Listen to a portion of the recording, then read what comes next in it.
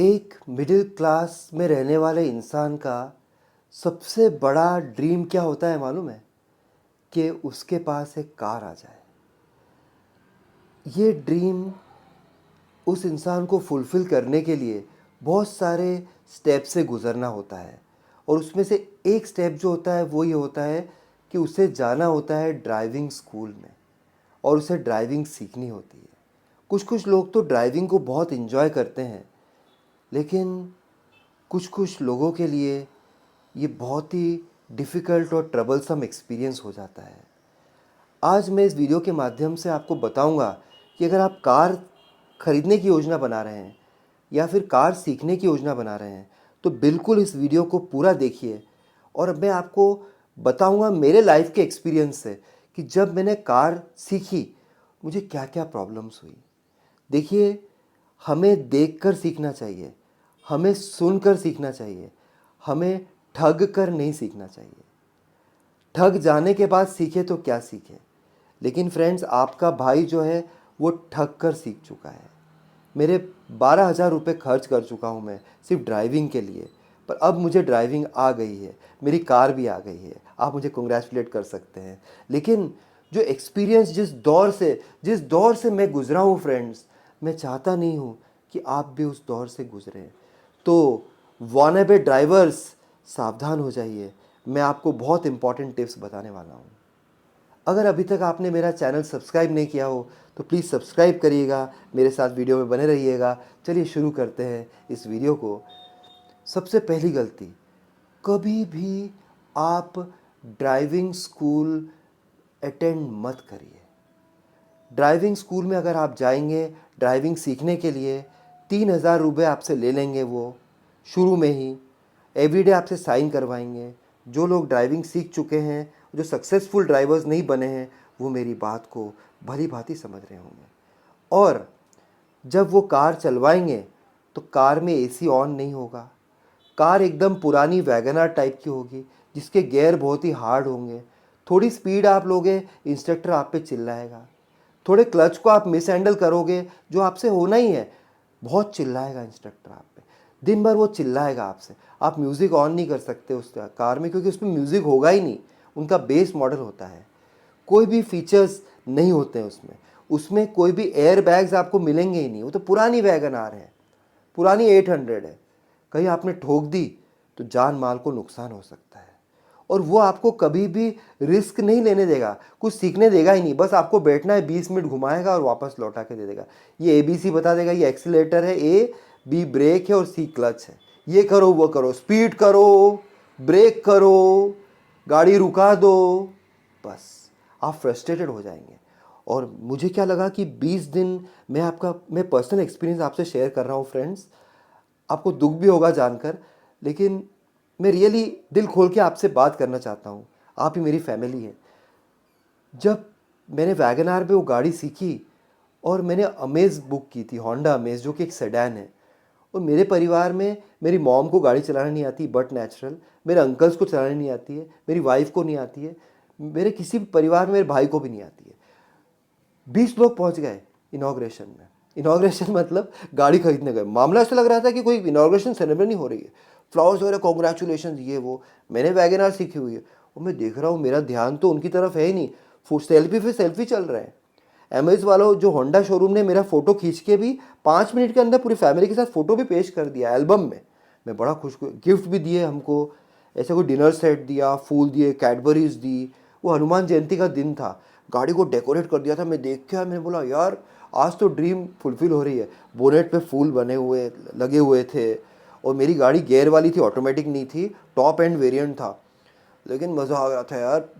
और रिबिन लटक रहे थे हैंडल्स पे। मैंने कहा आज तो यार मैं हूँ शहंशाह, मुझसे ज़्यादा कोई भी नहीं है यार। बिल्कुल वट लग रहा था, बिल्कुल ऐसा लग रहा था कि यार आज बहुत इंपॉर्टेंट डे है। सेल्फी पे सेल्फी लगा रहा था मैं कि ये सब फेसबुक पे लगाऊंगा मैं। उसके बाद क्या हुआ फ्रेंड्स, कि ऊपर से गाड़ी उतारनी थी। मेरे पहले भी लोग ले गए, वो फटाफट उतार के ले जा रहा है। मेरे को डर था यार, इतनी ढलान में कैसे ले जाऊंगा। तो मैंने उनसे रिक्वेस्ट की, भाई से जो वहाँ पे मैनेजर थे, कि सर गाड़ी नीचे तो उतरवा दीजिए। नीचे उतरवा दी। अब उसने कहा कि आपको गेट पास दे रहा हूँ, सब तैयारी हो गई है, सब सिस्टम समझा दिए, आपको गेट पास दे रहा हूँ, आपको गाड़ी ले जानी है तो आपको बस जाकर ऐसा यू टर्न लेना है, रोकना है वहाँ पे, गेट पास देना है, फिर निकलना है। मैं कहा ये तो काम अपने से होगा ही नहीं यार, ऐसा खतरनाक टर्न वो ड्राइवर ने सिखाया नहीं था मुझे ड्राइविंग स्कूल में।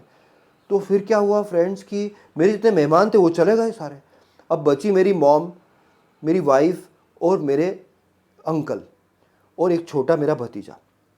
वो सारे लोग बैठ गए, उनमें से किसी को गाड़ी चलाना नहीं आती, वो सब मेरे भरोसे सब बैठ गए। मैंने म्यूज़िक भी ऑन कर दिया, एसी फुल ऑन कर दिया पहले। फिर मुझे कॉन्फिडेंस था, मैंने बोला सर गाड़ी आप बाहर निकाल दो प्रेमाइसेस से। बोला कोई प्रॉब्लम नहीं। हाथ में लेके, सोचो नई गाड़ी हाथ में लेके मैं गया, वो जो गेट पास मैंने दिया, और एक बंदे ने मेरे परिवार में बैठ के, मेरी वाइफ उनके साथ में बैठी है। मेरा सपना था कि मैं पहले ड्राइव करूँगा ज़ीरो से आगे, पर सबसे पहले वो मैनेजर साहब को मौका मिला गाड़ी को बाहर निकलने का। इसलिए मैं कह रहा हूँ ड्राइविंग स्कूल में मत जाना, नहीं तो आपके साथ भी ऐसे ही होगा। बाहर निकला मैं, निकलते से ही ब्रिज आ गया। वो ब्रिज पे चढ़ती ही नहीं थी गाड़ी, वो पता नहीं क्या हो गया, उन्होंने सिखाया नहीं था मुझे ठीक से। ब्रिज पे कभी चढ़वाया नहीं था मेरे को आज तक, तो बहुत प्रॉब्लम गई। आगे चलता गया, आगे चलता गया। उन्होंने कहा था लेफ्ट हैंड पे चलाना है। लेफ्ट हैंड पे कभी नहीं चलाना है गाड़ी, कार चलाना है राइट हैंड पे चलाना है, आपको ध्यान रखो। भले 20 की स्पीड पे चला रहा हो, लेफ्ट हैंड में भारत में क्या होता है, लोग रॉन्ग साइड से आते हैं। मेरे साथ भी ऐसा ही हुआ। एक दो स्कूल पास हुए, परिवार बड़ा खुश था। आगे से एक लेडी, दो लेडी, तीन लेडी एक्टिवा ले लेके सामने आ गए। बच्चों का स्कूल छूटा था वहाँ से, डीपीएस का। तीन लेडीज आ गई और एक लेडी ने सामने आके खड़ी कर दी। मैंने उसको बचाने के लिए लेफ्ट करा, सामने पास में एक ट्रक खड़ा था कंस्ट्रक्शन का, उसमें जाके हल्के से गाड़ी ठुक गई और बोनेट पे निशान पड़ गया। टूटा तो नहीं, निशान पड़ गया बहुत बड़ा। मैंने कहा यार क्या करूं, मेरे हाथ पाँव फूल गया। मैं तो नीचे उतर गया, मेरे फ्रेंड को फ़ोन किया मैंने, भाई आ जा यार, आज दोस्ती निभाने का समय आ गया। काम वाम छोड़ के वो आ गया, करोड़ों का बिजनेस है उसका। आ गया, बोला ये क्या कर दिया तूने यार। वो गाड़ी लेके गया और मैंने वो आया था बाइक से, तो मैं उसकी बाइक पे मैं घर आया और वो मेरी गाड़ी मेरी वाइफ के साथ ड्राइव करके आया। पहले मैनेजर साहब ने मेरी वाइफ को राइड दिलाई, पहली वाइफ की राइड देखिए, दूसरा वो मेरा दोस्त ने राइड दिलाई। अब आप सोच लीजिए, कॉलेज में मेरी वाइफ, मैं और मेरा दोस्त साथ में पढ़ते थे। मुझे मेरी वाइफ से प्यार था और वो मेरी वाइफ बहुत सुंदर है, और वो जो लड़का था उससे भी क्रश था। अब सोचो उससे पहला मौका मिला है ड्राइव करने का, कितना खुश हुआ होगा यार वो, है। मुझे कितना दुख लगा होगा। इसलिए मैं कह रहा हूँ आपको ड्राइव। फिर 7 दिन तक वो इंश्योरेंस में चली गई, पैसा कुछ नहीं लगा, 1000 रुपये लगे, लेकिन वो 10 दिन तक मुझे गाड़ी नहीं मिली। फिर मिली वापस तो चलाने की हिम्मत ही नहीं थी। उसके बाद मैंने प्राइवेट ट्रेनर एम्प्लॉय किया।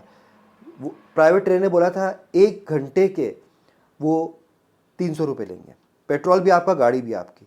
और आप मानेंगे नहीं, अभी मेरे 20 दिन पूरे हुए, मुझे परमानेंट लाइसेंस भी मिल गया है, और अभी मैंने अहमदाबाद बड़ौदा एक्सप्रेस हाईवे पे 140 गाड़ी टच करवा दी है।